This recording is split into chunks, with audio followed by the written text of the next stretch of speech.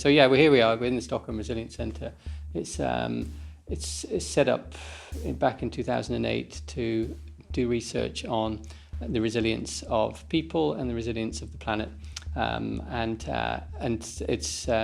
So we've been running. We now have about 100 or so staff here looking at those kinds of things. I work in communications and policy analysis. My background, as you say, is in the distant past in engineering and spacecraft design, satellite design, and stuff like that.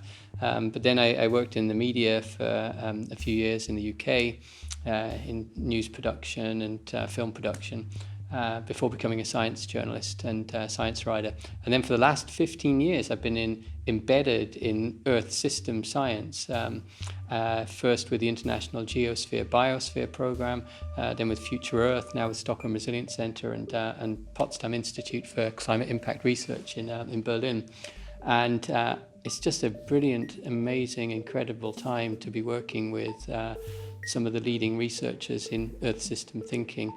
And Earth system research is about the state of the planet. It's about Earth as a system, how the atmosphere, the oceans, the land, the ice sheets connect up, how the nitrogen cycle, the phosphorus cycle, the carbon cycle, the water cycle, how they operate, how all of this and biodiversity, life on Earth, combine to create this sort of stable system that we're operating in. And now how humans are impacting that and the scale of that. So that's the kind of work we do here. I work in the communications of it, but increasingly into policy analysis and synthesis research to put together this big picture. Great. Owen, what is the Exponential Roadmap report really about? Like, just broadly, what does it focus on? Yeah. And what I mean by that is, does it focus on corporates or individuals, or is it first world or third world?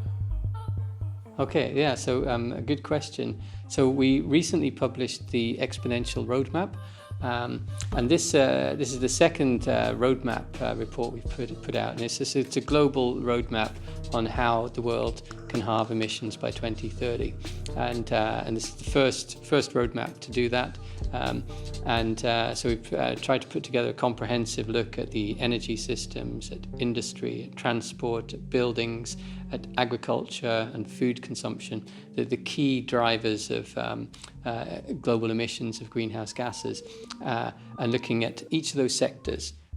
What are the key transformations that we need in those sectors to halve emissions by 2030? Is it even possible? And if it's possible, what's the low-hanging fruit? How can we get that change very, very rapidly? That's why it's called an exponential roadmap, because we need to accelerate the speed that we're decarbonising.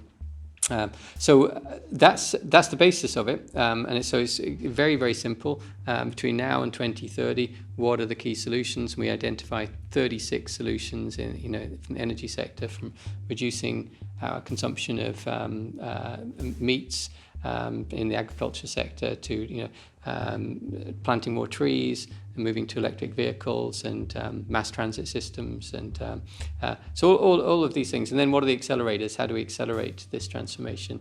And looking at governance, what are the policies that would drive those 36 solutions? What's the financial system? How can that accelerate the change? How can these movements like Greta Thunberg and Extinction Rebellion, Fridays for the Future, how can they support this movement and policy acceleration? So we're looking at all of those things. So specifically, we don't want to just list the solutions. We want to say, how do we sort of accelerate it?